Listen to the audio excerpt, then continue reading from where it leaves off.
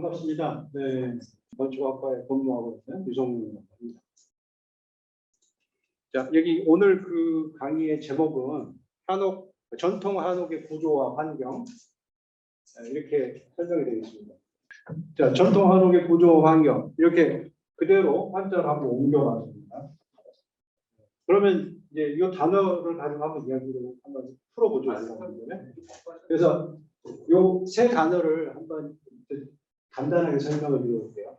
전통 한옥, 그러면 아니 현대 한옥도 있나요? 그죠? 그다음에 구조라는 말을 썼으면 저는 이제 그 건축을 바라보는 5가지 관점이 있어요. 그게 형태, 재료, 그리고 구조, 상세. 상세는 여러분 안에 디테일이 있어야 되잖아요. 사람도.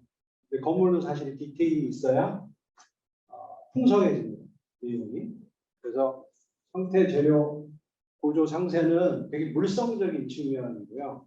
이게 이제 물성이 뭐 이렇게 종합적으로 굉장히 잘 조화를 이루면 여기 이제 가치관이나 개념, 철학이라는 게 만들어지죠. 그게 5가지가 다 잘 버무려져야 저는 이제 이거는 굉장히 수준 높은 건축이구나 하는 그렇게 판단을 내리고 한답니다. 이해되셨죠? 이거는 아마 이렇게 안 볼 거예요. 사람들은 저만의 가지고 있는 나름의 이제 분석 툴이에요. 그리고 이제 마지막에 이제 환경인데, 그러니까 에코 프렌들리, 그러면 이게 환경이라고 하는 것과 친환경, 이게 이제 저는 제가 보기에 약간 개념에 가까운 내용이 될 수 있다고 보는 거죠. 이렇게 제가 이제 제목에서 나오는 단어를 제가 여러분하고 공유하는 걸로 출발하겠습니다. 그래서 이제 전통 한옥이라는 키워드고 먼저. 여러분은 이 한옥이 전통 한옥이에요? 아니에요? 이거는 뭐 답은 없는 거, 절대 답은 없어요. 이거는 자기의 주관적 사고입니다. 나는 이거를 전통으로 볼 수도 있고, 아니면 나는 전통 한옥이 아니라고 볼 수도 있어요. 이만큼 다양하다는 거죠, 내용이.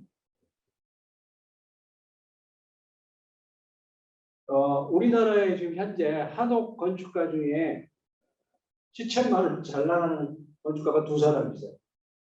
굉장히 각광을 받는, 그 중에 이제 A, 왜냐면 직접 이야기하면 안 되니까, A라는 분이 은평구에 설계한 한옥이에요. 근데 여러분은 여기서 건축가 전공이 아니기 때문에 모르겠어요. 나는 사실은 제 강의는 되게 이렇게 왔다 갔다 하는 뭐가 있어야 되게 재밌어하는 스타일인데, 이렇게 우리가 가리고 있으니까 눈빛으로만 교환할게요. 자, 저기 저 한옥을 보면서 여러분은 이게 내가 생각하던 한옥인지 아닌지 한번 고민해 보죠. 이거는 나름 건축가는 굉장히 메시지를 던집니다.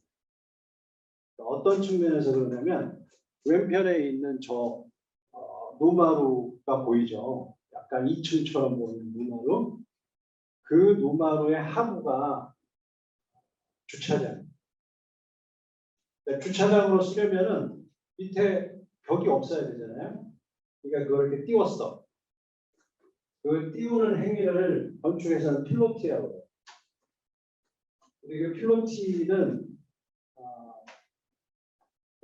꼭 한옥의 문제가 아니고 전 세계에서 근현대 건축이라고 하는 출발점에 건축의 일종의 표상이에요. 바닥에서 띄우는 행위. 그거를 이분은 한옥에 약간 마치 오마주처럼 한번 던진 거예요. 그러니까 옛날에 한옥에 무슨 주차장이 없어. 근데 주차를 해보면 어때? 여기가 한옥이라는 게 주차될 수가 있어야 되잖아. 뭐 이런 약간의 바뀔 수 있는 세상에 대한 메시지를 한번 던져보고. 이런 걸 줄 수도 있어요. 이거는 이제 잘 나가는 건축가 중에 B. 정확하게 이야기하면 H야. 이니셜이. 앞에는 J였고.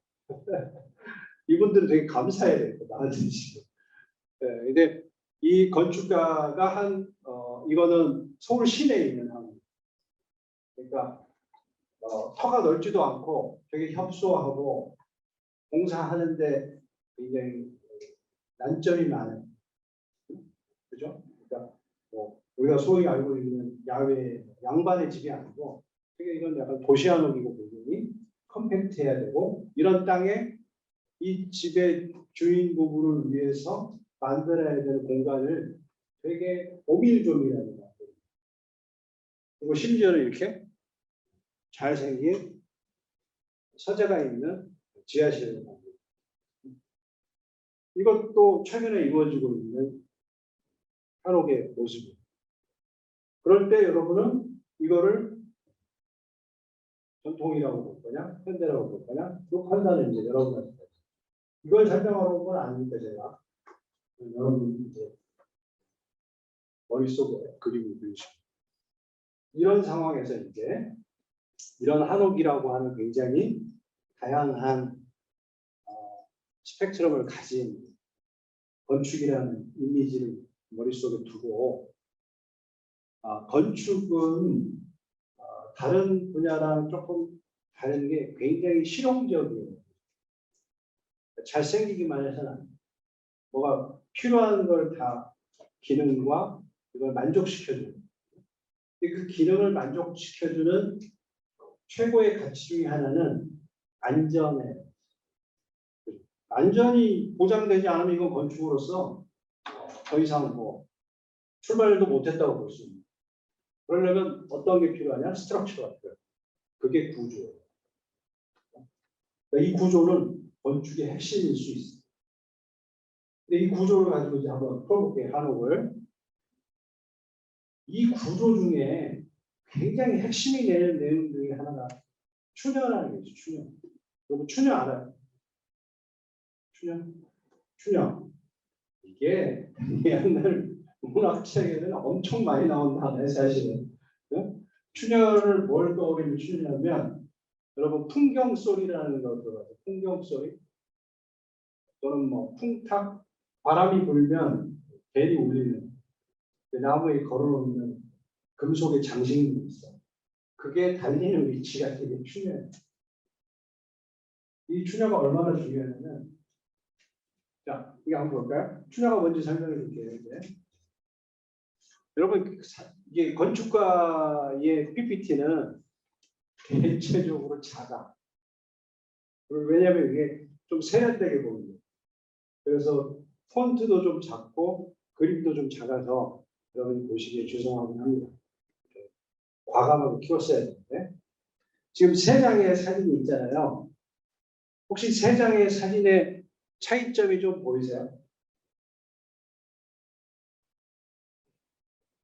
그 편의상 A, B, C로 할게요. 좌측에서부터.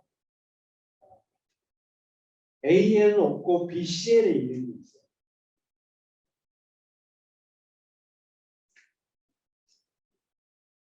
그게 춘향이야. 그게 춘향. 그러니까 45도 방향으로 나오는 나무 부재, 그걸 춘향합니다.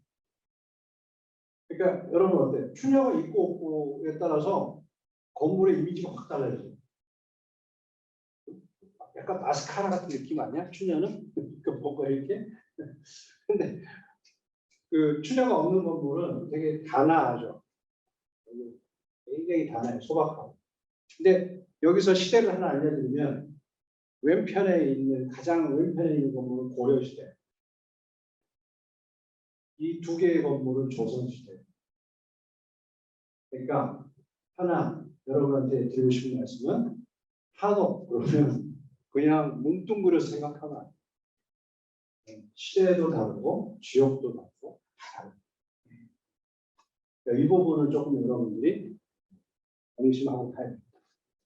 그래서 그 건물들의 평면도를 보면 다 이렇게 H자 근데 이제 내 지도 교수님은 H자라는 말을 좀 되게 극단적으로 싫어하셨어요. 왜냐면 야, 옛날에 무슨 H가 없었어.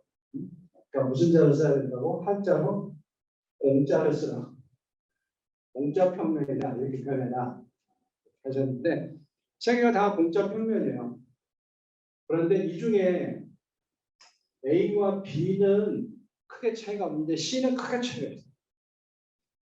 같은 평면인데도 불구하고 이 C에는 현관도 있고 서재도 있고 대기실도 있고 이 부분이 이게 터치를 하면 탁 넘어가구나. 그러면 이렇게 이 부분이 뒤에서 들어오는 현관이에요. 그러니까 옛날에 우리 한옥은 다 이 남쪽에서 가거나 동쪽에서 들어가거나 트인 부분을 쓰는데 이 한옥은 이제 약간 근대성을 갖는 생각을 갖는 사람들이 지은 한옥이다 보니까 북쪽에서 들어가요. 현관을 통해서 신발 벗고 대기실에서 대기하고 있다가 여기 이제 주인이 만나주는 방으로 이렇게 도달하는 이런 개념들이 생기는. 같은 평면이라고 해도 또 이렇게 달라질 수가 있어요. 쓰임에 따라서. 여러분이 이제 여러분은 이 시기를 대략 알 수 있죠. 어느 A가 빨라요, B가 빨라요, 시대가. 눈빛으로 이야기하세요. A가 빨라요. 왜? 추녀가 없어. 그리고 추녀가 없는 건물들은 대체적으로 저 경우는 지금 서원이에요. 서원. 보산서원에 공부하는 방법. 이 오른편은 굉장히 잘생긴 안채 화려한 충북 고운에 있는 어떤 선씨 주인 부부의 안채인데 굉장히 화려하죠. 그러니까 소박한 것과 화려한 것에 큰 차이가 느껴지실 거고 이런 건물도 있어요. 이 두 건물은 되게 닮아 있죠. 추녀 없죠, 분명히. 추녀가 없어.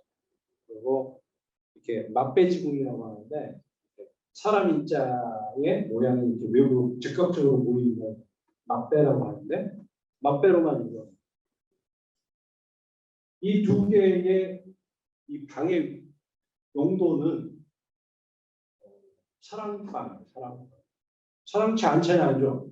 사랑채는 남성 중심으로 가고 안채는 여성 중심으로. 조선시대에 적어도 굉장히 그렇습니다. 그래서 이 두 개의 그 위치는 다 사랑채라고 볼 수 있어요. 그러면 적어도 조선 전기의 사랑채는 상당히 소박했으니 틀림이 없어요. 근데 이게 역사랑 맞물려 잘 보면 조선시대에 가묘가 들어오면서 장자상속 그리고 임난 이후에 남성이 굉장히 우월해지면서 사랑채라고 하는 게 극단적으로 화려해지거든요. 그 시점으로 봤을 때 이전과 이후의 개념을 볼 수 있어요. 이걸 뭘 통해서? 구조, 춘현만을 통해서도 알 수 있다. 지금 이게 이제 우리나라의 세계문화유산으로 지정이 되어 있는 양동마을입니다.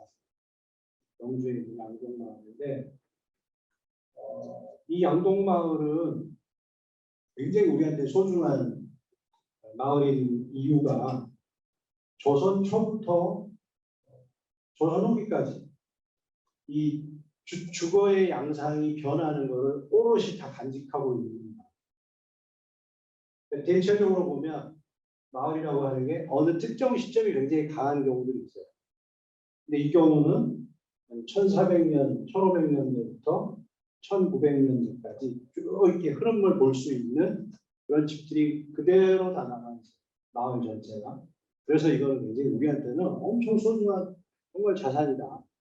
그리고 거기에서 이제 우리가 뭘 알 수가 있는데 지금 여기도 보면 어떠세요? 이게 이제 향단이라는 건물이에요. 향나무를 굉장히 큰 향나무가 있었는데 이렇게 작아졌죠. 근데 여기에 있는 그 향단이라는 건물이 있는데 이 건물은 영화에도 나온 적 있어요.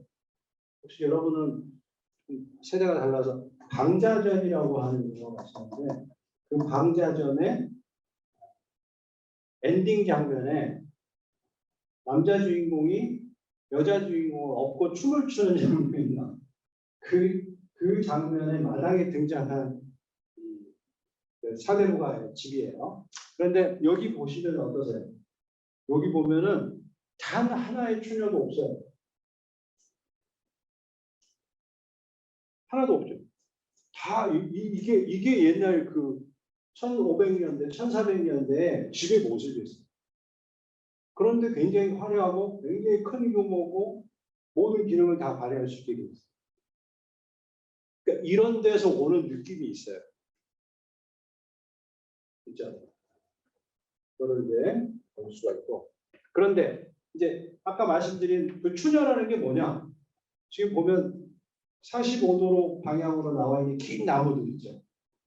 이게 총 4개인데 이게 다 추녀예요.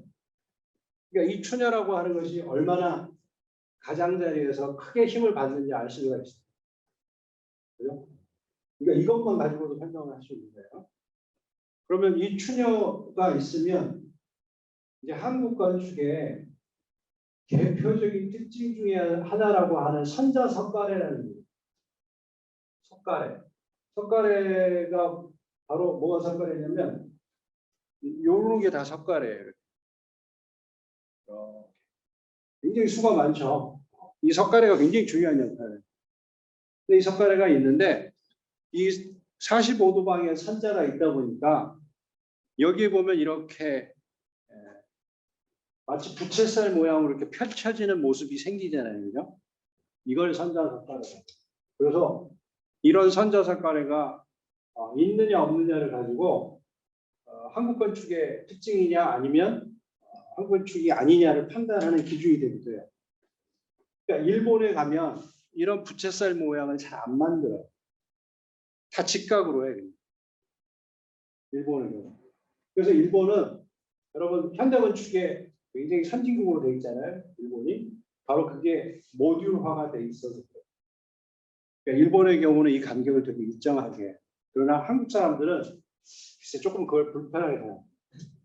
약간은 안 맞는 걸 더 좋아하고 좀 창의적인 걸 좋아하고 약간 돌발적인 것도 은근히 즐기는 사람. 근데 건축도 그래요. 그래서 정확하게 딱 떨어지는 걸 그렇게 딱 행복해하지 않아. 그건 뭐 또 나중에 기회가 되면 말씀드리겠지만 바로 이런 부분이 만들어지는 게 한국 건축의 특징이에요. 그게 바로 추녀와 선자석가라는. 그래서 이제 이렇게 만들어지는 모양이 이렇게 되는 거예요. 그러면 45도 방향으로 추녀 마루도 생기게 되고 추녀도 등장하게 되고 이런 경사지붕이 만들어지는 게 바로 이제 추녀의 역할입니다. 이해가 되셨죠? 근데 이게 우리는 막 이렇게 그림을 그려가면서 하는 스타일이라 여러분 여기는 추녀가 있나요? 있죠? 추녀 4개가 있어. 근데 앞에의 추녀와 뒤에의 추녀는 좀 다르죠? 앞에 있는 추녀는 둘이 만났죠, 끝에 가서. 이제 여기 있는 추녀는 만나지 못하죠. 떨어져 있잖아요, 이렇게. 그거는 왜 그러느냐면 건물의 깊이가 다르기 때문에. 그러니까 이 건물은 폭이 좁잖아요. 그러니까 같은 나무를 써도 둘이 만날 수 있어. 충분히 길이가. 그런데 이 건물은 폭이 넓죠. 그러니까 같은 길이의 나무를 쓰면 만날 수가 없어요. 여기에서 이제 한국 건축의 특징이 하나 나오는데 여러분 한국 음식을 레시피가 등장한 건 그렇게 내가 보기에 최근 개념이라고 생각해요. 왜냐하면 우리 어렸을 때는 손맛 이걸로 다 해결됐어. 어머니의 손맛 이게 굉장히 우리한테는 그러니까 적당한 비율로 적당하게 버무리는 거 근데 감동받는 맛이 나오는 거 이걸 되게 행복하게 생각해요. 그런데 약간 건축도 유사한 것이 목수의 솜씨는 정해진 룰보다는 순간순간 나타나는 창의력, 순발력을 되게 중시하는 그런 건축의 경향이 있어요. 이해되시죠? 그러다 보니까 이제 그게 오늘 이야기에 나중에 말미에 가면 등장하게 되는 환경이라는 부분과 굉장히 일맥상통하게 돼요. 왜냐하면 재료를 거스르지 않아요. 재료를 되게 인정하는 스타일의 건축을 하게 돼요. 그러니까 예를 들면 지금처럼 내가 두 개의 추녀가 만나는 건물을 만들어야 되겠다는 생각이 이 사람한테는 그닥 없어. 두 개의 아무리 건물이 크고 웅장하고 폭이 커도 만나는 건물을 추녀를 만나는 건물을 만들고 싶다 하는 사람들이 있어요. 어디 나사는지 아세요? 중국 사람.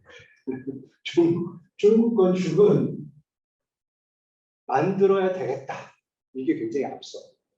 그래서 여러분 중국의 자금산에 가면 가장 왕이 사는 큰 건물이 형태가 이런 스타일로 돼 있어요. 둘이 만나게 돼 있어, 추녀가. 근데 우리는 그런 걸 싫어해.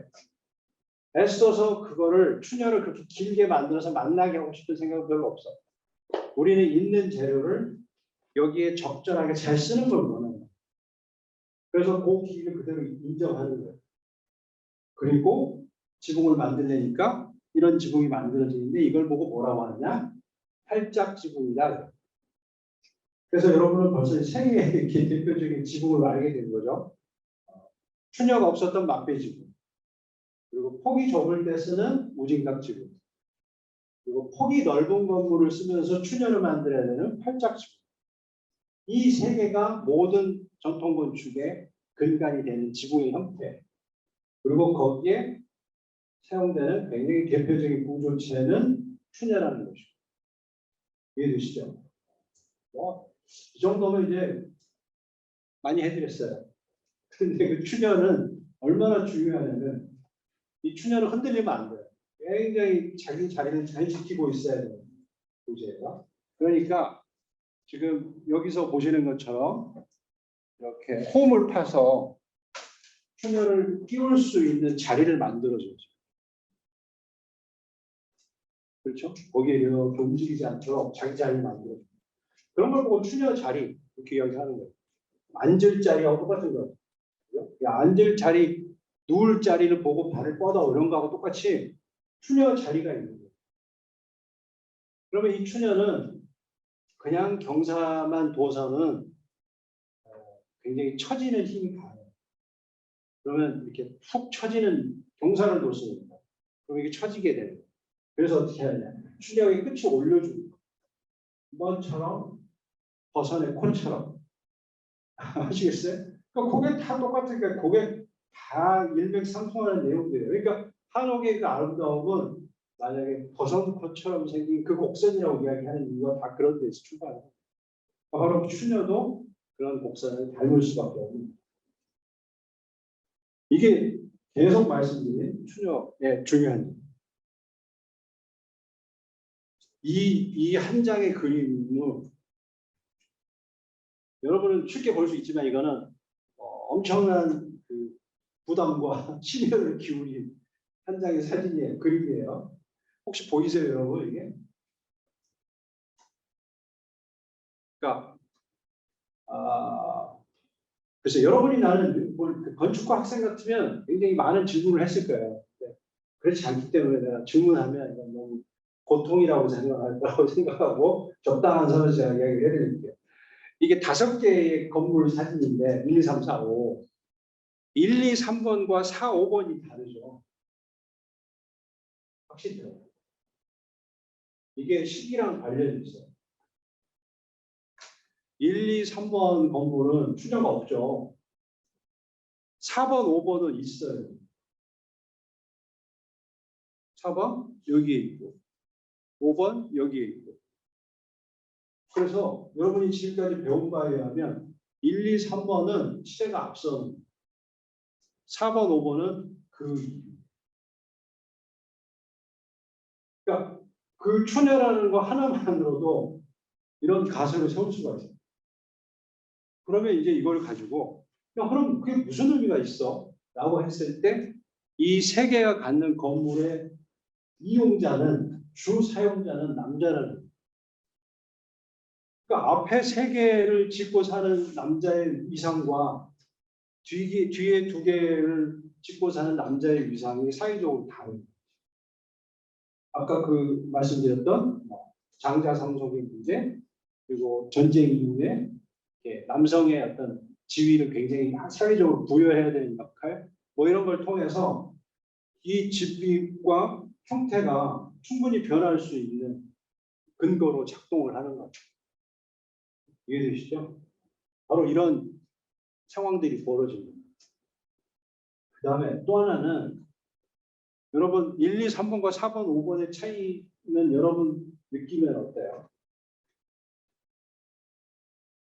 그러니까 감각적으로 봤을 때 1, 2, 3번은 좌우가 대칭이죠. 그렇잖아요? 근데 4번, 5번은 비대칭이잖아요. 여러분 한번 곰곰이 생각해 봅시다. 내가 대칭인 거를 굉장히 좋아하는 사람인데 갑자기 비대칭이 왔을 때 그 충격은 제법 있을 거예요. 그러니까 사회적으로 이건 무슨 이야기냐면 과거에는 되게 대칭적인 어떤 지배 형태를 당연하게 여기고 살았을 거예요. 근데 이제는 이런 비대칭이 분명히 우리 미감에 나쁘지 않다고 느껴지는 거는 분명히 어떤 큰 이 사람들의 인식 체계에도 변화를 줬을 것이 틀림없다는 거예요. 그리고 또 하나는 아마 입구랑도 관련돼요. 보려고 하는 주 대상이 무엇이냐. 그러니까 좌우를 보는 게 아니라 이거를 보는 거예요. 뭔가 추녀가 집중되어 있는 화려함의 사람들이 지각했을 가능성이 충분히 있다. 그러면 이 시기적으로 정말 다른 거죠. 그죠? 그리고 여기에 보면은 많은 추녀를 쓰질 못해요. 굉장히 중요한 부분만 써. 필요한 부분. 내가 강조하고 싶은 부분. 그게 건축적으로 봤을 때 추녀의 굉장히 위상이에요. 자, 이게 제가 정말 한국의 아름다운 정자, 사랑채를 이야기했을 때, 전 세계 이야기할 때 제일 아름다운 모습이 이런 거라고 생각해요. 기억자. 공짜가 아니라 사실 우리가 원하는 한국은 기억자예요. 그 기억자의 아름다움을 막 만들기 시작한 거는 사실은 조선 후기일 거다. 제 생각입니다. 그리고 사랑채에 이렇게 어떤 주목해야 될 부분에 집중하기 시작했을 때 만들어지는 그 아름다움에 분명히 빠지게 되었을 거다.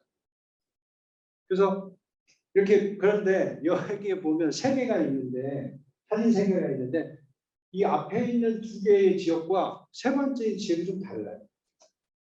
이거는 제가 지금 사실 이야기하고 있어요. 굉장히 조심스러운 부분인데 심지어 이걸 굉장히 강하게 이야기하는 분도 있을 수 있어요. 이거는 강릉에 있는 해운정이라고 하는 일종의 별당의 건물.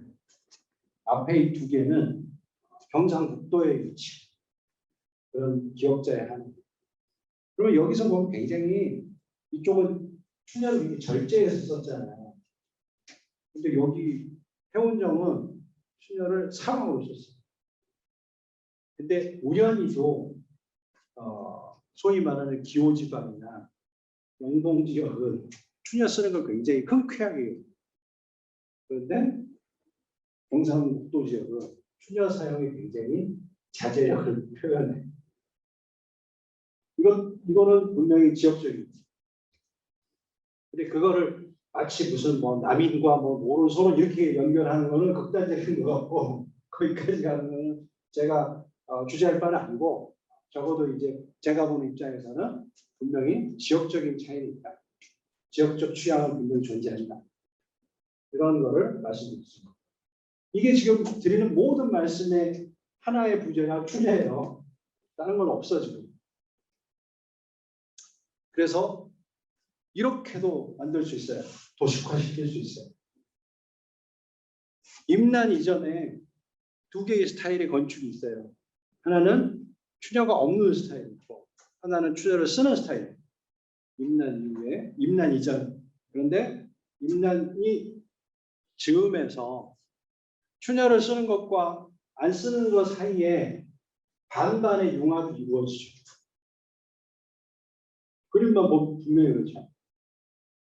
여기는 추녀 아예 없는 건물만 쓰고 여기는 추녀만 있는 건물을 썼는데 이 좌우 비대칭인 상황에 오게 되면은 한쪽은 추녀를 쓰고 한쪽은 안 쓰고 하는 이런 행태들이 이루어집니다. 아마도 저는 이게 그 시기적인 굉장히 건축적 특성이 발현되는 어떤 요인이 분명히 있을 거다라고 생각하는 거예요. 그리고 또 하나 추녀를 만드는 거는 굉장히 고급이에요. 왜냐하면 아까 말씀드린 것처럼 그렇게 어려운 부재 또는 그런 재료를 막 일부러 구해와서 건물을 짓는데 강조를 해야 되겠다라고 했다면 이거는 굉장히 고급 기술인데 그 고급 기술이 굉장히 이제 사회 저변으로 확대되는 시점은 적어도 조선 후기일 거다라고 보여지는 거고 실제로 이제 여러분 이런 그 김홍도의 1801년의 그림을 보면은 이제는 집이 이렇게 생겨야 된다고 생각합니다. 여기 보시면 어때요? 편착지붕이 향연이야? 뭐 어디든 있어 이제 꼭 사랑채만 있는 게 아니고 안채도 막 쓰이고 그러니까 적어서 내가 보기에 이때쯤 되면은 추녀 쓰는 거에 어려움이 있어야지 집은 그런 거야 이런 분명히 그런 모습을 보여줍니다. 그래서 예를 들면 이것도 이제 강릉에 있는 1815년대의 열화당이라고 하는 선교장이죠. 선교장이라고 하는 고급 주택, 분홍의 주택인데 여기도 보시면 뭐 사랑채도 쓰고 안채도 쓰고 뭐 이제는 주인이면 안팎을 가리지 않는 이런 추녀가 이제 만들어지는 건 1800년대, 1900년대 되면 이런 화려한 건축을 하게 됩니다. 제가 시간을 어디서 볼 수 있나요? 시간을 개인적으로 가져요. 시간을 봐가면서 해야죠, 우리가. 너무 혼자만 달리면 여러분 힘들잖아요. 그러면 앞으로 한 10분 정도 더 한 다음에 한 5분, 10분 쉬겠습니다. 이제 구조라고 하는 것에 한옥의 구조 중에 이제 추녀라고 하는 것은 특정 부재를 이야기드리고요. 네, 특별한 부재를 이야기하는데 한옥의 전체적인 이미지를 파악하거나 규모를 파악할 때는 이런 단어를 쓴답니다. 3량집, 4량집, 5량집, 7량집 이런 단어를 써요. 그거는 무슨 뜻이냐? 아주 쉬운 개념이에요. 이렇게 볼을 하나 보내는데 볼라고 하는 것은 기둥과 기둥 사이를 스팬처럼 지나가는 가장 한옥에서는 중요한 거가 보잖아요. 대들보라는 뜻이 그 대들보인데 대들보 위에 경사를 만들기 위해서 가로로 보내는 나무가 몇 개 들어갔냐. 그래서 하나, 둘, 셋 들어갔으면 3량집 이렇게. 되게 쉽죠. 그러니까 요 한 칸은 이걸 한 칸이라고 그래요 우리가. 그래서 뭐 한 칸, 몇 칸지, 100칸지 뭐 이런 이야기 하실 때 그 한 칸은 이렇게 기둥과 기둥 사이를 세는 단위이기도 해요. 이때 한 칸은 이 거리가 얼마쯤 될 것 같아요? 그게 옛날 정확하게는 8자. 8자라고 하는 거는 30을 곱하니까 한 2.4m. 그러니까 한옥의 기본적인 이 거리의 기준은 2.4m예요. 그러니까 만약에 방 한 칸을 면적으로 이야기하고 싶다. 그럴 때는 2.4 곱하기 2.4. 칸의 개념 두 개가 있어요. 하나는 기둥과 기둥 사이를 의미할 때가 있고 하나는 면적을 이야기할 때가 있어요. 그때 거리는 2.4m. 근데 이제 요즘 같으면 2.4m 집에서 하려고 그러면 못 살아요. 그러니까 이 사람들의 어떤 신체 치수도 커졌고 또 전반적인 우리 산림 처리가 굉장히 늘었기 때문에 지금은 한옥을 지어주세요 하더라도 3m 정도는 선호해요. 2.4m로 준다고 그건 좀 좁아요. 근데 옛날에는 오두막 같은 경우는 6자도 돼. 1.8, 2.1도 충분했어. 근데 생각도 없고 뭐 어른들 키도 막 150 내외였기 때문에 그때는 괜찮았는데 지금은 그렇게 지어달라고 하면은 욕먹죠. 한옥을 모르는구나. 지금은 오히려 10자 이 정도는 되어야 좀 시원하네요. 이런 느낌을 받습니다. 뭐 이렇게 얘기해요. 그걸 2.4m라고 우리 생각하는 거예요. 그냥 한 칸이라고 하는데 그 한 칸일 때는 이렇게 삼량집이면 돼요.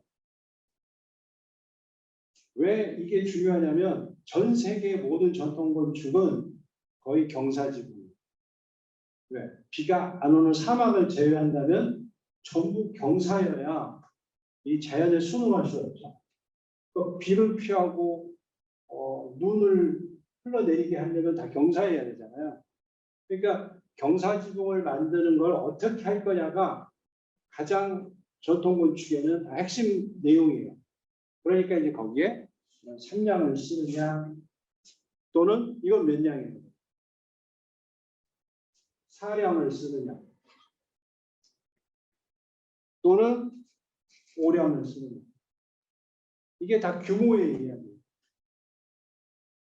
그러니까 여러분이 만약에 글쎄 이제 뭐 어른들이 야 나는 늙어서 하루같이 지어서 평생을 그냥 좀 여유롭게 살고 싶어라는 말씀을 하면 그거는 5량집을 이야기하는 거예요.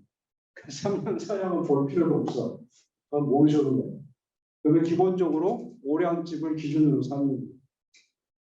그러면 이게 보면 꺾임이 있죠. 이렇게. 이 꺾이게 표현했잖아요. 요 꺾이는 요 부재를 석가래라고 하는 거예요. 그게 석가래. 그래서 여기에 보면은 이 5량집은 가운데 통 비었죠. 이거는 몇 미터쯤 될 것 같아요. 5량집의 스팬은 2배예요. 아까 8자의 2배, 16자. 그러면 4.8m 정도 되는 거예요. 그런데 이 4.8m에 이런 큰 대들보가 없어요. 만약에. 그럼 어떻게 해요? 그러면 나눠야지. 그래서 이런 집이 나오는 거예요. 대들보가 부족하면 야 그럼 긴 나무를 쓰자. 기둥을 중간에. 그리고 이렇게 3등분해서 나누자. 이런 아이디어도 생각합니다. 또는 그것도 없어? 그러면 기둥을 긴 걸 쓰고 보는 짧게 써. 이런 생각해내는 거예요. 그래서 그냥 경사는 똑같은데 대들보의 길이와 기둥의 개수를 조절하는 거예요. 이건 다 뭐예요? 이건 다 재료의 문제. 만약에 내가 더 큰 집을 지으고 싶으면 야 연결해서 쓰면 되지 이 생각을 단 한 번도 안 한다. 우리가 구할 수 있는 환경에서 수집할 수 있는 재료를 가져다가 최소한의 가공으로 적응해서 살 수 있는 방식 그게 1000년, 2000년 이어져 내려온 게 뭐예요? 그게 한옥이에요. 그러니까 지극히 한국적인 정서가 그 안에 오롯이 다 담겨 있는 거예요. 그게 한옥이에요. 그러니까 구조라고 하고 내가 설명을 하지만 이게 막 재료 다르고 형태 다르고 이러지는 않아요. 그냥 공부를 할 때 처음에 분석적으로 봐야 되기 때문에 그런 항목을 정해놓는 거지 실제로는 그거는 한옥과 같은 거예요. 그러니까 구조로 이야기하지만 그 구조에는 재료도 들어가고 그 재료에 의해서 만들어지는 형태도 만들어지는 거죠. 그 자체가 사실은 이미 환경일지 모르는 거예요. 억지로 뭘 만들어내는 건 아니니까. 이해되시죠? 그래서 이제 여러분이 한옥을 짓는다 주위에 또는 뭐 엄마 아버지가 나는 시골에 한옥을 짓고 싶어 라는 말씀하셨다 그러면 요거구나 라고 생각하시면 돼요. 삼량사량은 생각하실 필요가 절대 없다. 왜냐하면 삼량은 창고 정도에 있고 사량은 어떤 개념이 들어가 있냐면 이게 약간 사당에 많이 쓰이는 스타일. 그러니까 여러분 사당에서 보면 이렇게 기둥이 생기면 이 부분은 위패가 모셔져 있는 그런 조상의 공간이고 이 마루는 위패 앞에서 이 제사를 주재하는 주인의 뒤에 서서 소위 읍을 하는 사람들의 마루잖아요. 그러니까 이건 굉장히 이렇게 일종의 하이라키가 있는 거예요. 이럴 때 이제 이 부분과 이 부분을 나누는 석가래 4개만 써가지고 사량집을 만드는 스타일들이 이런 사당에 많이 쓰이는 이런 정도의 규모입니다. 그래서 이거는 집으로서는 딱 적합하진 않아요. 그러니까 주택을 짓는다고 하면은 이렇게 짓는 게 정답이다. 우량집 이렇게 됩니다. 그래서 통으로 대들보를 보내고 가운데 전체를 넓은 대청으로 쓰고 싶다? 그러면 기둥이 없는 오량집을 쓰는 거예요. 그죠? 그때 이거의 간격은 2.4 곱하기 2.4, 4.8m 정도 되는. 그러니까 16자 정도 되는 크기의 대청이 생기는 거예요. 이제 여러분은 이거 보고 딱 이제 알 수 있죠? 아, 이거 오량집이구나. 하나, 둘, 셋, 그리고 안 보이는데 5. 그런데 여기에 뭘 썼어? 기둥을 썼어요. 그럼 이게 퇴마루가 돼요. 그쪽이 퇴가 되는 거예요. 자, 그거를 옆에서 보면 이렇게 생긴 거예요. 그죠? 여기가 이제 방이 되는 거고, 이게 퇴마루가 되는 거예요.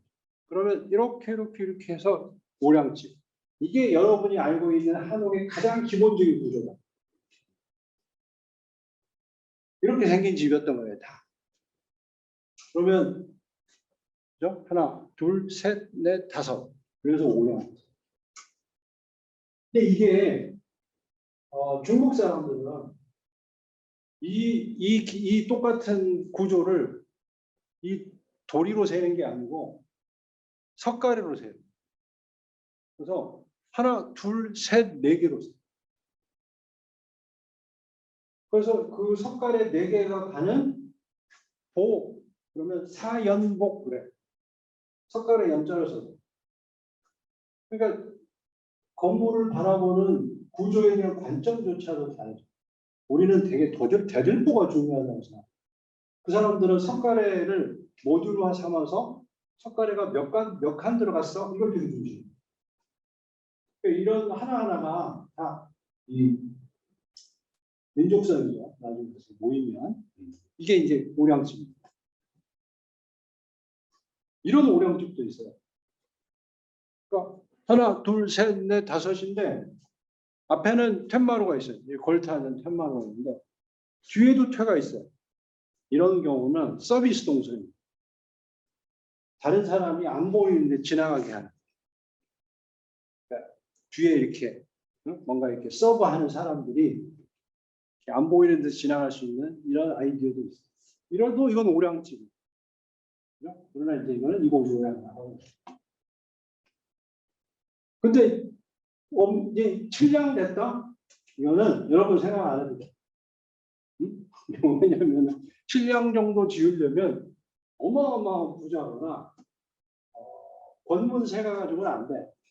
권문세도가 정도는 안 되고 이 궁에서 나간 공주 또는 뭐 옹주, 대원군 이 정도 돼야 이렇게 짓는 집이지 그냥 뭐 정승했다 또 뭐 돈이 좀 많이 모였다 했다고 해서 짓는 집은 아니다. 칠량은 아주 있긴 하지만 굉장히 극히 드문 경우. 그러나 요즘은 지어요.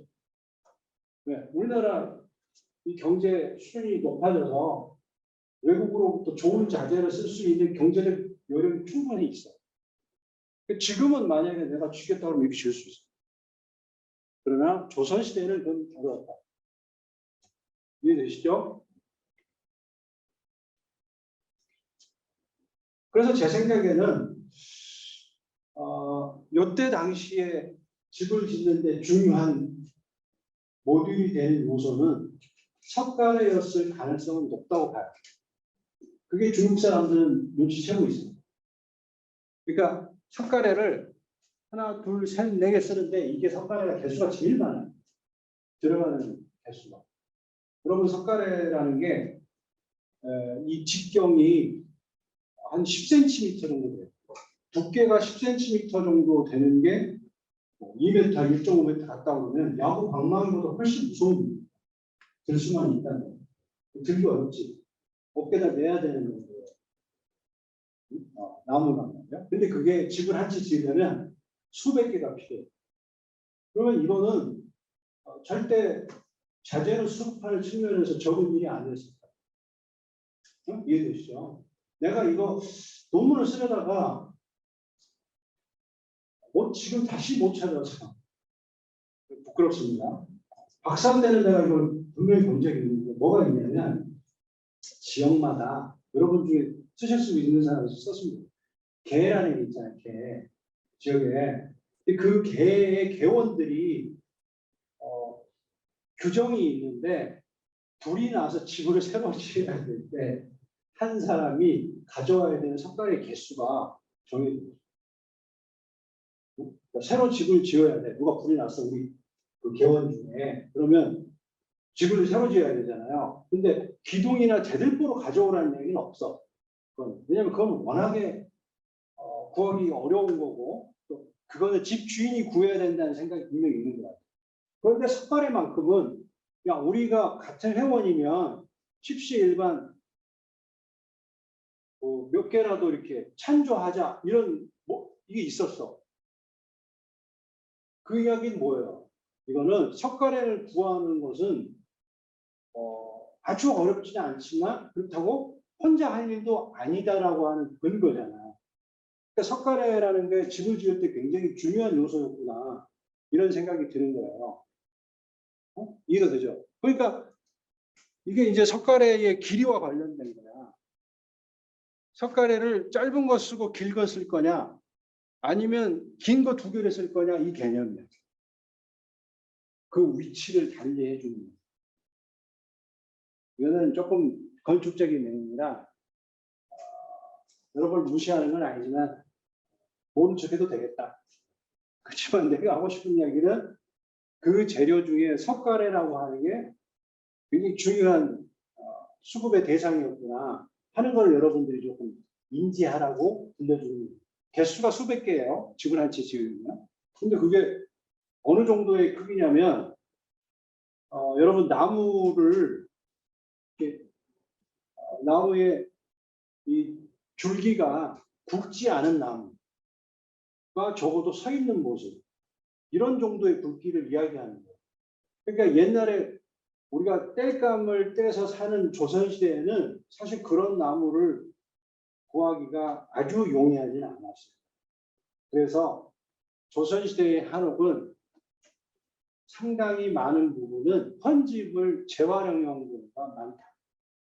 일반인들. 새 집을 짓는 거는 쉽지 않습니다. 이해되시죠? 집에 대한 생각이 지금과는 많이 다른 거예요. 지금은 뭐 얼마든지 우리가 집을 지을 수 있다고 생각하지만 자 이렇게 해서 전통 한옥과 구조되어 있는 게 끝나고 드디어 이제 환경으로 가보려고 합니다. 기본적으로 한옥은 그냥 환경이에요. 그냥 보기. 이거 무슨 억지로 붙일 일이 하나도 없어. 자, 이 입지 자체부터 그래요. 왜 그러냐면은 지극히 환경적인 태도예요. 우리나라의 집은 여러분 중국의 사업원은 진행 방향으로 굉장히 길쭉한 느낌이잖아요. 그죠? 종축선이 굉장히 강한. 근데 한국은 거기에 비하면 횡방향이 굉장히 밝아요. 옆으로 펼쳐져 있어. 그래서 안채가 오른편에 있으면 서랑채가 왼편에 있어. 그냥 대문에 가까울 뿐이야. 실제로 잘 생각해봐. 그죠? 여러분 공부해 생각해봐. 절대로 그래. 우리는 이렇게 안으로 들어가는 길이 방향은 없어요. 그 왜 그러느냐 생각해보면 등고선 때문에 토목공사를 최소화할 수 있는 방법이 뭐예요? 높이가 같은 데다가 집을 짓는 거잖아요. 그러니까 이렇게 돌아가면서 집을 짓는 거예요. 이렇게 올라가면서 짓는 게 아니에요. 그러니까 환경을 최대한 활용하는 방향으로. 그래서 실제로 뭐 이게 지금 아까 봤던 향단이에요. 이게 이거는 관가정이라는 거. 자, 이런 게 있는데 지금 보세요. 이게 그 모습이에요. 등고선을 이용한 안채 있고 사랑채 있고 여기가 대문이에요. 그 대문에 가까운 게 사랑채지 앞에 있는 게 사랑채가 아니에요. 그러니까 왜 그러냐? 바로 이거 높이 같은 데다 이렇게 펼쳐서 있기 때문에. 그러면 높이도 위께 짓는 건 없느냐? 있죠. 사당 높아이니까. 그렇지만 이걸 막 거대하게 짓는 건 아니잖아요. 그 위쪽에 어떤 스폿을 잡아서 짓는 게 사당이니까. 그러니까 이렇게 활용하는 정도가 한옥의 기본적인 입지에 대한 태도다. 그래서 어느 집을 가셔도 대문, 사랑채, 안채. 대문에서 먼 쪽이 안채예요. 이게 무슨 깊숙한 게 아니야. 무슨 저기 그 이슬람의 무슨 할렘처럼 막 저 안에 막 이렇게 숨어 있는 그런 게 아니고 사실 그냥 대문에서 먼 거예요. 이것은 또 재밌는 건데 이게 경북 대구 달성에 가면 하목장이라는 하목장 노을 하자에 기러기 목자인데 그러니까 노을에 이제 새들이 막 밤에 이제 자기 집으로 돌아가는 그걸 이제 연상하면서 뷰를 볼 수 있는 장소다. 그래서 하목정이라고 하는데 이 하목정이 유명해진 이유는 인조가 왕이 되기 전에 이제 자고로 내가 보시는 학교에서는 자고로 공부가 멀리 떨어져 있어야 되잖아요. 그냥 잠재적인 경쟁자는 항상 위험하잖아. 그러니까 지방으로 이렇게 놀러를 다니는데 낙동강 근처에 있는 이 정자에서 지나다가 하루 묵은 거예요. 근데 이 집주인이 제법 환대를 했나 보지. 그러니까 이게 왕이 된 다음에 선친 밑에 있던 이 자제분이 한번 왕한테 가서 이제 우리 집에서 머물렀다는 이야기 한 거야. 그러니까 인조가 너무 반가운 거지. 그러니까 야, 너 니네 집에 있을 때 내가 참 대우 잘 받았는데 그 집 좋더라. 그러니까 그 집 좀 수리하고 이럴 때 어땠어라 그래서 화상을 내리는 거예요. 그래서 이 집을 다시 이제 새롭게 중창을 하는 그런 기록이 있어 실제로. 그런데 여기 보면 이게 초가의 모습이에요. 이렇게. 아까 내가 기와의 추녀 이야기했죠. 그러면서 막 추녀가 막 마스카라처럼 막 엣지 들어가고 막 이러면서 막 이렇게 강렬한 인상을 준다고 그랬잖아. 초가는 안 그래.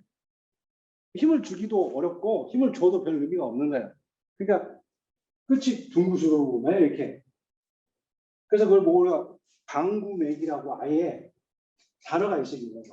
초가집의 끝을 마무리하는 기술, 방구맥이라고 해서 아예 무슨 맥이 이런 단어가 있는데 여기 보면 야 이거 우리가 봤던 아까 추녀의 그 모서리의 모습은 아니잖아. 둥그스름한 게. 그러니까 야 이게 무슨 이제 말 만들기 좋아하는 사람들이 뭐라냐면 야 이게 원래 초가였다. 초가했는데 인조가 하사에서 기와집 하면서 옛날 기술을 못 버리고 이렇게 초가집의 형태를 여전히 유지하고 있단다. 이렇게 이제 썰이죠. 이거는 절대 정설을 안 해요. 그럼에도 불구하고 예를 들어서 초가를 만들 때의 기술 그리고 기와를 만들 때의 기술에 이런 것들이 접합이 되어지는 이런 재료적인 측면도 충분히 이야기가 되어지는 거다. 이거는 이제 건축과 학생들한테는 수도 없이 이야기하는 나이테라고 하는 것을 어떻게 하면 잘 활용해서 아까 이야기하셨지만 오래된 집이 변형이 없이 잘 지켜질 수 있느냐 하는 거는 목수들 사이에서는 최고의 기술입니다. 그게 바로 나무의 성격을 판단하는 거예요. 그게 환경인 거잖아요, 사실은. 그래서 이제 만약에 우리가 나무를 이렇게 나이테에 맞게 이런 판재를 만들게 되면 사실은 나이테의 방향에 맞춰서 이렇게 휘어져요. 그러면 이게 우리가 마루를 깐다고 할 때도 이렇게 가공을 하면 나중에 이렇게 변형이 될 거면 다 마루가 막 다 들고 일어날 거 아니에요. 그러면 굉장히 관리도 필요하고 돈도 많이 들고 쓸데없는 짓을 한 거된 거죠. 그러니까 이런 것들을 옛날 사람들도 다 생각을 하는 거예요. 그러면 여러분 밑에 가서 마루장을 뜯어보면 가운데만 두꺼워요. 그러면 뒤집어질 수가 없어. 나이테가 어떻든 간에. 근데 이런 경우는 대부분 어디서 썼다? 이거는 나무를 굉장히 풍부하게 쓸 수 있는 궁궐 건축에서는 얼마든지 이렇게 풍부하게 쓸 수 있는. 그래서 여러분이 보면 마감면이 이게 수평면이어도 실제로 바닥을 보면은 이렇게 배부르게 되어 있어요. 그래서 한국의 마루는 거의 구조제예요. 아마 이게 천하장사가 뛰어도 끄떡없는 정도의 하중을 지탱하는 마루가 되어 있는. 그러니까 이제 우리가 나무를 가공할 때 나이테를 이렇게 해야 변형률이 수축률이 작다. 이런 이제 고민을 해가면서 집을 짓는 거죠. 또 예를 들어서 이런 심의라고 하는 센터가 있는 거를 이렇게 각재로 쓰게 되면 속에 있는 함수율과 밖에 있는 함수율이 다르기 때문에 이렇게 나무가 건조하면서 터지는 이렇게 한련이 발생을 해요. 그러니까 이런 데 쓰지 말고 변제만 골라서 써라. 뭐 이런 것도 나옵니다. 그런데 이런 내용은 한국만의 내용이 아니고 전 세계의 목재를 쓰는 사람은 다 알고 있는 이야기예요. 사실은. 그죠? 그럼 한국만의 내용은 뭐예요? 그거 하려고 왔죠. 한국 사람들이 기가 막히게 잘 쓰는 목재 사용 방법이 하나 있어요. 휜나무, 휘어있는 나무. 소위 말하는 커브드 팀버예요. 지금 이거 잘 보면은 이렇게 생겼잖아요. 그러면 우리 생각에는 나무가 이렇게 두꺼운 거 있는데 여기 깎아내고 여기 깎고 이게 아니라는 거예요. 실제로 나무가 이렇게 휜 걸 쓴 거예요. 요즘 파란색으로 해놨잖아요. 그 정도의 휜 나무야 그냥. 근데 휜 나무에 여기 정도만 따내고 곡선을 만드는 거예요. 이게 전 세계적으로 타의 추종을 불허하는 한국 목수들의 대표적인 스킬 중에 하나다. 이게 고려 시대에 제일 잘생긴 우리나라의 수덕사 대웅전이라는 경우가 있는데 그 수덕사 대웅전에 이런 부제를 써요. 근데 이 부제 이름을 심지어는 뭐라고 붙였냐면 재밌게 소우자에 꼬리미. 그래서 꼬리곰탕이 완전 우미량이에요. 우미량. 이게 뭔데? 소꼬리처럼 휘어있는 보다. 그래서 우미량이라는 말을 써요. 그러니까 우미량이라는 단어는 어느 나라에서 쓰는 다른 나라는 없어. 한국만 쓰는 단어. 몰라. 근데 왜 그런지. 자, 그런데 이해되죠? 그 흰나무를 쓰는 거는 진짜 탁월하다는 거예요. 이거 보이죠? 이런 나무를 여기다 쓰면 되게 잘 좋겠네라는 이런 데 탁월한 거예요. 아까도 말씀드렸지만 중국의 목수랑 한국의 목수가 다른 이유는 중국의 목수는 야 없으면 만들어 쓰자. 하나 크게 만들어 뭐 이런 거잖아요. 한국의 목수는 뭐냐면 저 나무를 가다가 핀 나무를 누가 발견해서 야 저거 어디다 쓰지? 저거 어디다 쓰면 좋을까? 이 생각을 머리가 도는 거예요. 이게 한국 목수. 그러니 한국 목수는 있는 재료를 어디에 적재적소에 쓸 건가 하는 걸로 아주 탁월한. 그러니까 이 나무를 본 사람은 이게 깎은 게 별로 없어. 그러니까 이렇게 휜 나무가 있는 거 어디일까 하니까 여러분 옛날에 묘제 같은 거 지내면 묘 옆에 주로 소나무 많이 심는데 그 소나무들 다 이렇게 꼿꼿이 서 있는 사람은 어디 왕릉이나 가야 있는 거고 일반 민가의 뭐 소나무들은 다 이렇게 휘어 있거든요. 못 먹어서. 근데 그 소나무를 보고 이게 곧바르지 않으니까 못 써먹겠다 이 생각이 아니고 야, 저 흰 나무를 집 지을 때 어디다 쓰면 이렇게 좋을까? 이 생각을 하고 있는 거예요. 이게 조선 전기. 또 예를 들어서 이렇게 직각으로 써야 되는 나무들이 있어요. 그 경우도 흰 나무를 보는 거예요. 그런데 여기는 상대적으로 흰 게 좀 덜해요. 조선 후기에 비하면. 왜?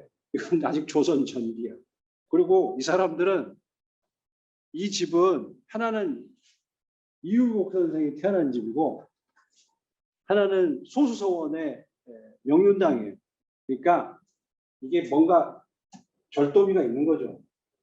그러니까 뭘 좀 과감하게 쓰기에는 뭔가 이 유교적인 어떤 배경이 너무 강한 거야. 그러니까 이 사람들은 곡이 좀 덜한 걸 쓰는 것 뿐이죠. 이게 오죽한이잖아요. 오죽한의 이런 충량이라고 하는 부분인데 이런 나무를 쓰는 거예요. 자, 이런데 이거 보세요. 이게 뭐예요, 이거? 야, 하나도 똑같은 게 없죠. 대들보를 쓰는데 이거는 언제냐? 이거는 임난 이후. 그러니까 임난 이후는 이미 수급의 어떤 한계가 온 거예요. 아무리 좋은 집을 지어도 그렇게 낙락장송으로 쓸 수 있는 사회적 여건이 못 되는 거예요. 그리고 게다가 불교예요.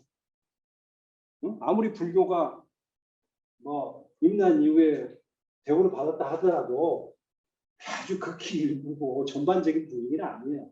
어? 그러니까 아무리 내가 이 중창 자체가 의미가 있지 여기에 무슨 굉장히 관급공사처럼 좋은 재료를 쓸 수가 없어요. 그러면 주변에서 나는 나무 그냥 갖다가 잘 활용해서 써야 돼. 그러니까 이것만 봐도 딱 보이죠. 자, 이제는 어떻게 되느냐? 휜 나무를 쓰고 이제 보니까 휜 게 뭘 닮았어요? 여러분 그 소나무 사진 잘 찍는 분이 누구시더라? 그분 사진 엄청 비싸잖아. 그 사진 보면 어떻게 생겼어요? 흑백 사진 보면 마치 소나무의 비늘이 용의 비늘 같잖아. 근데 그걸 옛날 사람이라고 못 느꼈겠어요? 그러니까 그 나무를 보고 얘 용인 거야. 그러니까 그 흰 나무 갖다 쓰면서 용의 비늘 만들고 아예 용이를 머리까지 이렇게 조각해서 꽂아 넣어요. 그러면서 무슨 이야기를 해? 여기는 이 용이 호위하는 일종의 반야용선이냐. 그러니까 예를 들면 석가모니가 중생들 끌고 서방정토로 가는 그 여러분은 배에 타셨습니다. 이 느낌이에요. 이게 이제 직유가 되는 거죠. 은유에서. 그래서 실제로 여러분 이 사찰에 여러분 조선후기의 사찰에 가면 다 뭐 있어요. 이렇게. 용머리 다 있어요. 이게 왜 등장하냐고? 이게 바로 바야 배. 지금 정토로 가는 배 여러분 가서 시주하고 가서 예배 드리는 예물 드리는 거예요. 그러니까 여러분 여기 가면 밑에 뭐가 있어요? 그래서 여기에 미광사 같은 데 가면 초석에다가 개도 조각해 놓고 뭐 물고기 조각해 놓고 이 하는 이유가 이 전체가 당신은 이 망망대해를 건너는 배입니다라고 하는 걸 이야기하는 거예요. 그죠? 그러니까 흰 나무를 이제 아주 쓰면서 실제로 이렇게 그려져 있어요. 여러분 가보면은 파주의 보광사 여기 근처에 있는 건데 그게 영조의 속빈최 씨 원찰이잖아요. 자기 무술이 엄마 위령을 하기 위해서 만든 원찰의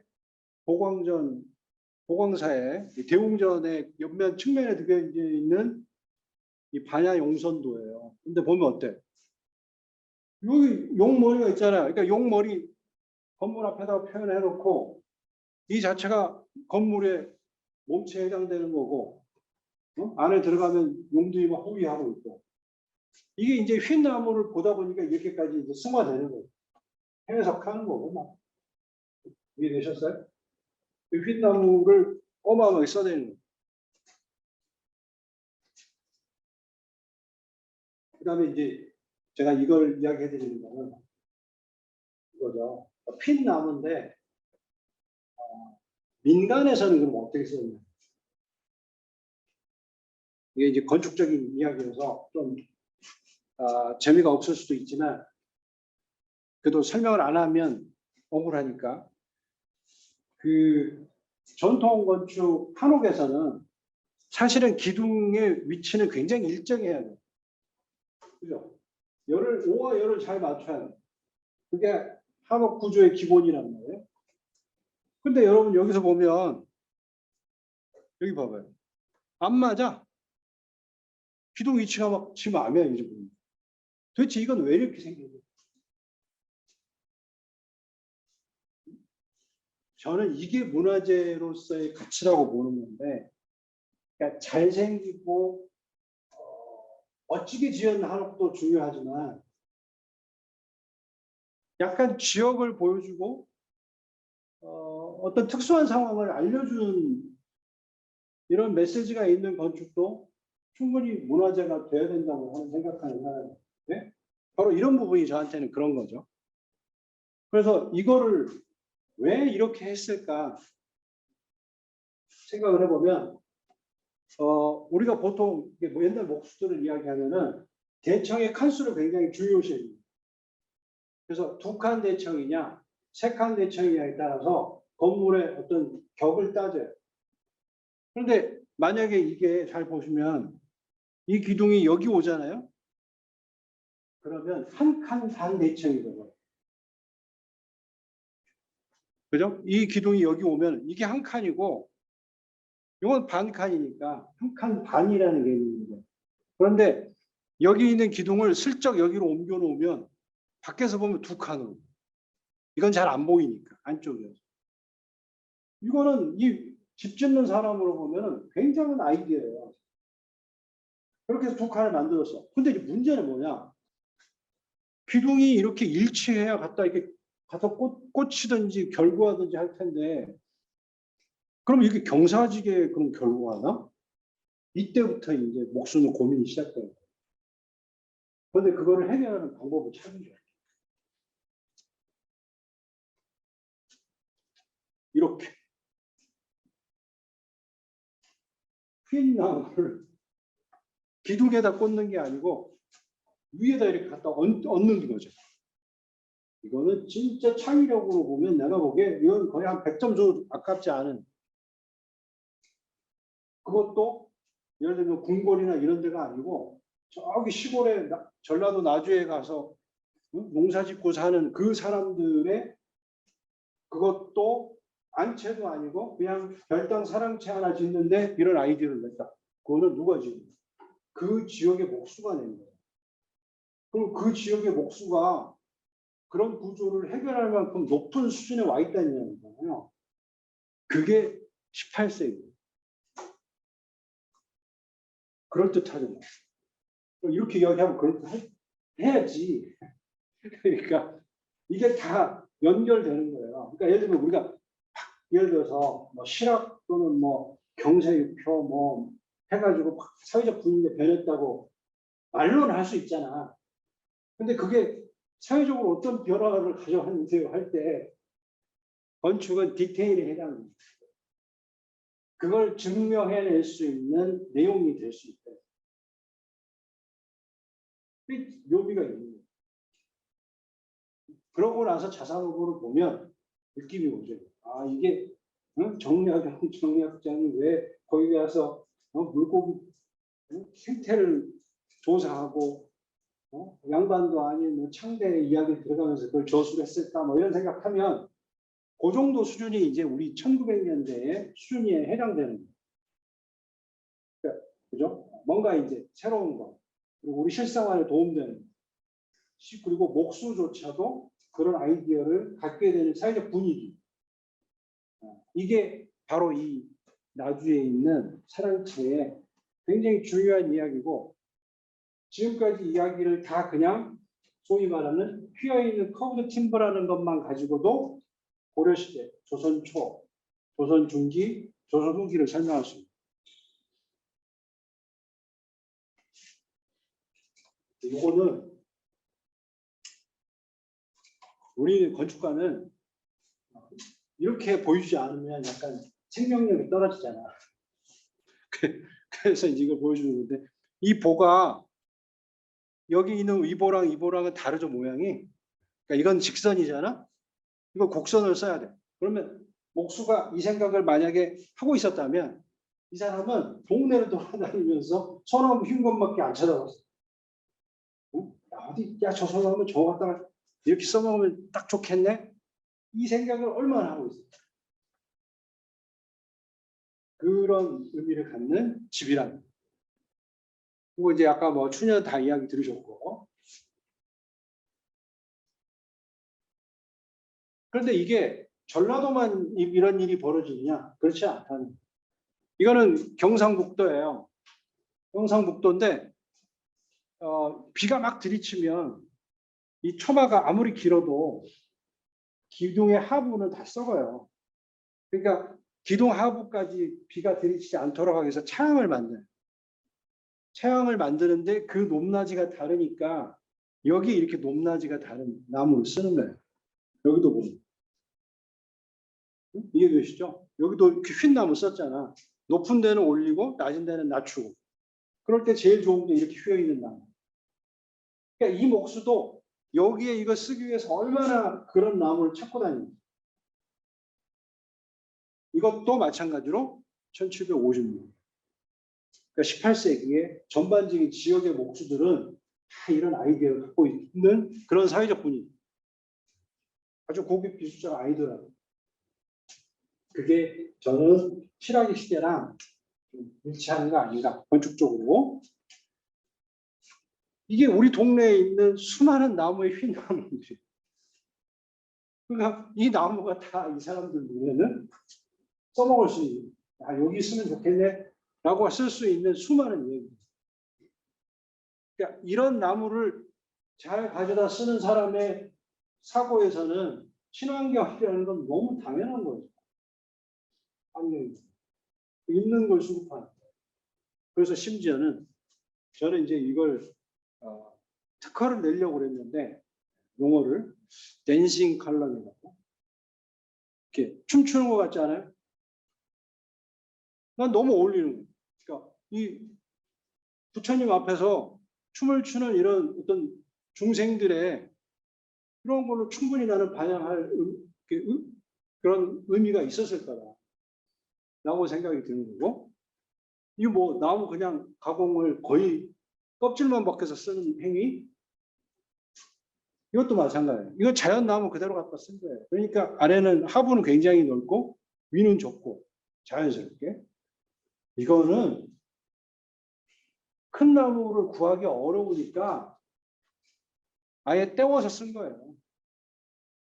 우리 보통 누비입을 바느질 하듯이 나무를 위에하고 아래가 다른 나무예요. 그걸 연결해서 쓴 거예요. 기둥에다가.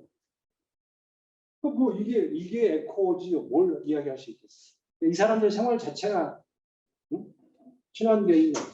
재료적인 측면에서 본다.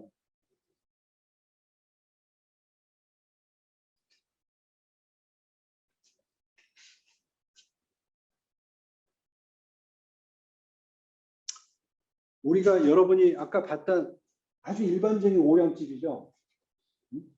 근데 제가 뭐라고 그랬어요? 칠량집은 절대 없었다. 근데 여기 보면 이거는 하나, 둘, 셋, 넷, 다섯, 여섯, 일곱이니까 칠량이잖아. 근데 이거는 그렇게 잘 사는 사람도 아니에요. 칠량. 그러면 야, 당신 말 틀렸는데? 이럴 수 있는데, 이거는 보세요. 나무 굵기를 보면 틀리죠. 얘는 보가 이렇게 굵잖아. 여기는 보 굵기가 가늘어요. 이거는 뭐냐면 1930년대에는 이런 나무를 구하는 것 자체가 어려워요. 붉은 나무. 그러니까 가는 나무를 가지고 어떻게 집을 짓느냐 그때는 이제 아이디어예요. 1920년대, 30년대 일제시대에. 그러니까 그 나무로 집을 지을 수 있는 분위기? 그 칠량이지만 그 칠량이 아니에요. 그죠? 또 하나는 여기도 보세요. 같은 뭐 그림인 것처럼 보이지만 여기는 대들보가 하나잖아요. 길게. 얘는 그 대들보가 안 나오는 길이가. 그럼 어떻게 해야 돼? 짧고 굵은 걸 두 개 연결했습니다. 이게 한국 사람의 이게 진짜 모든 그 아이디어가 그냥 우리가 받을 수 있는 재료에 맞춰져 있는 태도. 이게 한옥이고 한옥의 목수들의 정말 우리가 자랑할 만한 그런 태도 중에 하나입니다. 그러나 오늘의 진정한 에코는 거기에 있는 게 아니다.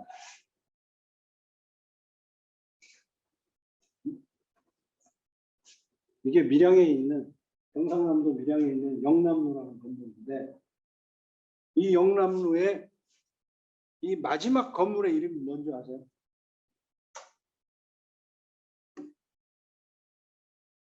침류각이에요. 침류각. 어? 수석 침류. 응? 여러분은 그래도 한자를 좀 아는 편인가? 한국사 학과는? 아니면 지금부터 배우나? 근데 이게 고사성어야. 응? 수석 침류. 그러면 돌로 양치질하고 흐르는 물을 베개 삼아 있는 그 고사성어. 내가 이게 잘나서가 아니고 나도 이제 다 찾아봐서 아는 건데 자 이거를 일단 침류각이라는 단어를 쓴 거예요. 그래서 이제 침류라는 단어를 이렇게 서핑을 하는 거지. 그랬더니 이렇게 써져 있어. 아주 친절하게 전국시대 진나라 때 손초라는 사람이 나 이제 숨어 살아야 되겠다. 나는 더러운 세상 도망가 살아야 되겠다 하면서 이 이제 단어를 썼다는 거예요. 원래는 돌을 베고 물에 양치질을 해야 된다라고 써야 되는데 바꿔 쓴 거야. 그래가지고 물을 베고 돌로 양치질한다고 말을 잘못한 거지. 그랬더니 친한 친구가 왕제가 그 말을 듣고 야 너 인마 바뀌었어. 이렇게 이야기해주면 좋게 받아들이면 되는데 이 사람이 좀 성깔이 좀 세고 고집이 좀 있었다고 그러더라고. 그래서 남의 말 잘 듣는 걸 잘 안 했대. 남의 말 듣는. 그러니까 자존심 상하니까 여기에다가 이제 말을 붙인 거지. 야, 내가 인마 물을 벤다고 하는 거는 물 청소하겠다는 거 귀를, 응? 양치질을 돌로 하겠다는 거는 이게 찌든 때를 내가 벗겠다고 하는 거야. 그러니까 내가 진짜 얼마나 이 세상 염증을 느끼면 그런 거 다 깔끔하게 하고 내가 응? 속세를 떠나겠다고 하는 그 나의 어떤 응? 입장의 강함을 주장하기 위한 거야. 이렇게 한 거야. 근데 이거를 누가 잘 전한 거지 이렇게. 그게 언제? 300년쯤에 4세기, 3세기쯤에. 근데 그거를 조선의 어떤 목수 또는 집주인이 응? 여기 건물 이름을 침류라는 말을 쓴 거예요. 그럼 이 집주인은 뭐야? 이 내용을 꿰고 있는 거잖아. 그죠? 그리고 그거를 시켰더니 목수는 또 무슨 짓을 했어? 여기 봐봐, 여기. 이게 일종의 나무인데, 일종의 대들보예요. 근데 이 휜 나무를 쭉 연결해가지고 하나, 둘, 셋, 네 단을 만든 거예요. 뭐 이렇게 휘어있는 나무. 그러면 우리가 휘어있는 나무를 잘 쓴다는 건 우리나라 목수들이 탁월한 기량이었다 인정했잖아요. 그죠? 그걸로 끝이 아닙니다. 그 휜 나무를 써서 이런 폭포를 만들어서 폭포에서 떨어지는 물이 가장 바닥에 와 있고 이 방에서 잠을 자는 거야. 그럼 무슨 이야기야? 그러면 이게 신유가 되어버리는 거지, 그 자체가. 이해되셨어요? 이 정도 되면 이제 환경의 철학일 거지. 응? 이게 미안하지만 아쉽게도 1800년대 중반.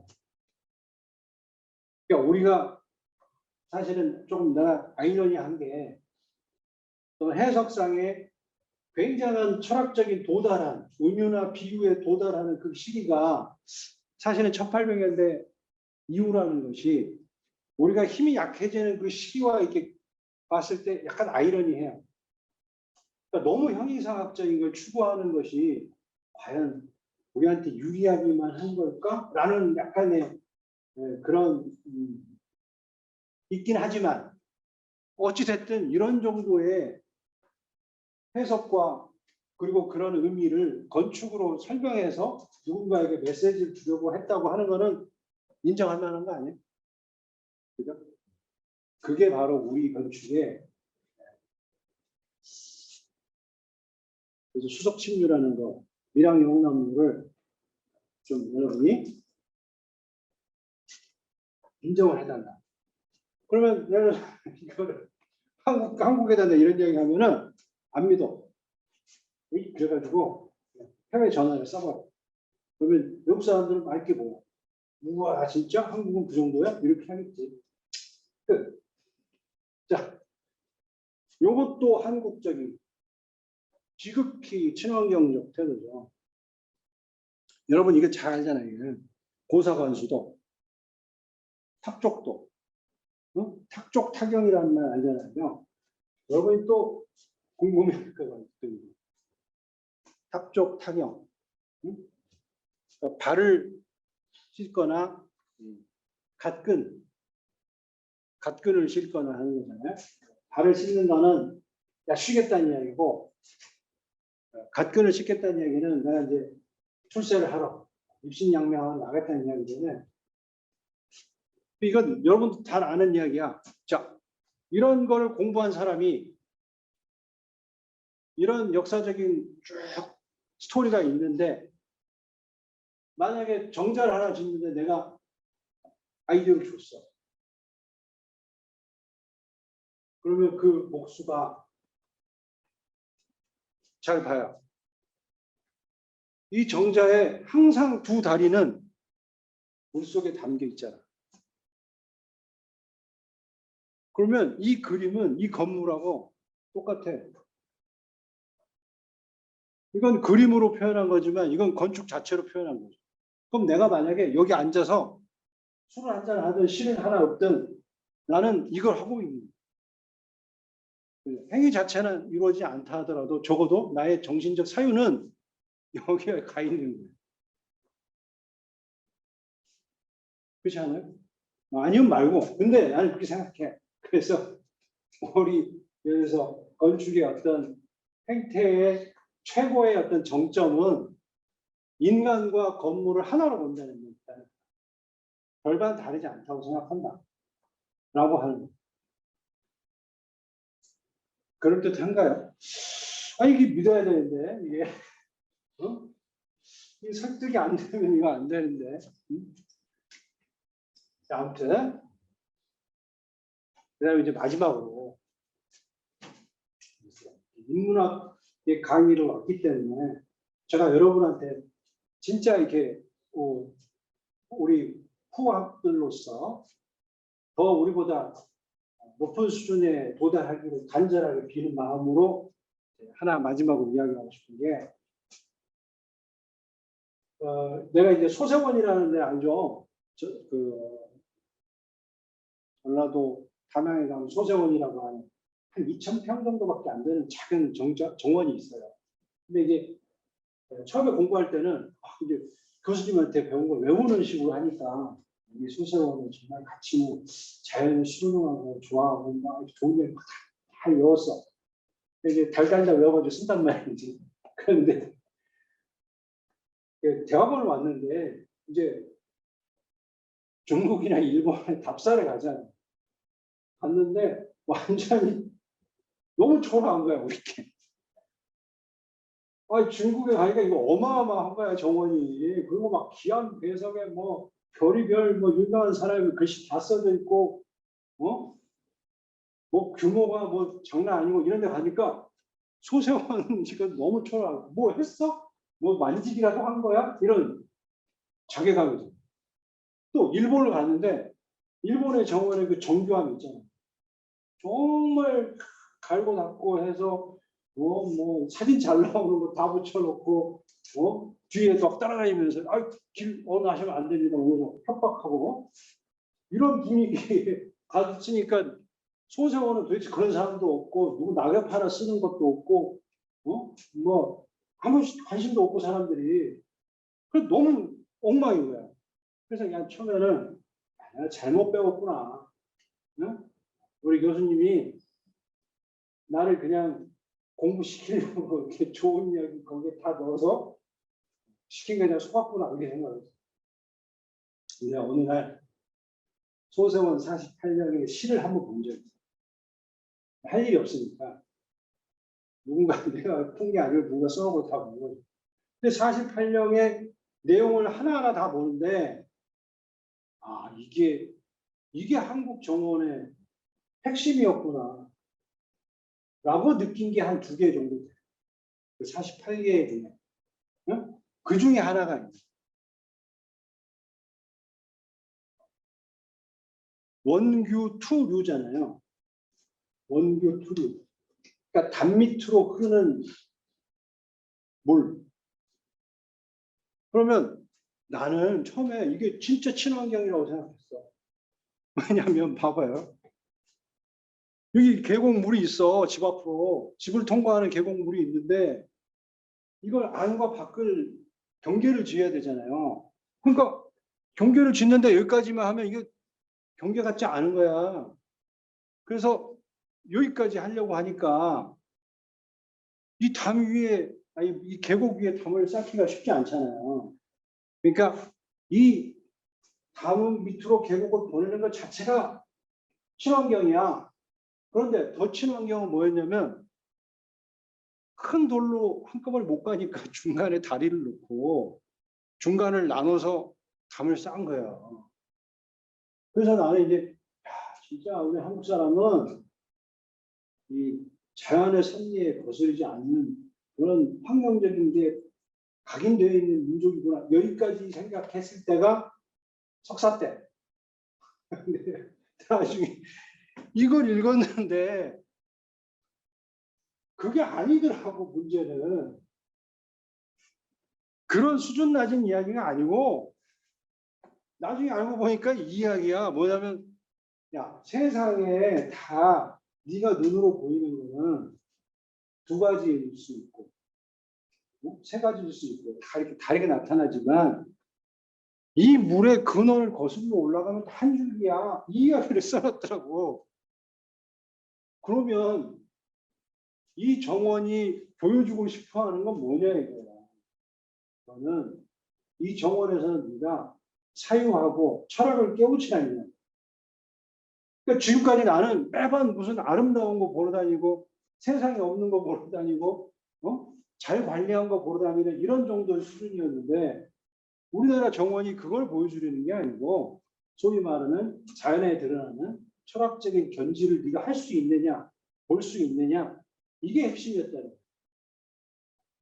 그 이후로 예를 들면 아까 침류각도 보이기 시작하고 그죠?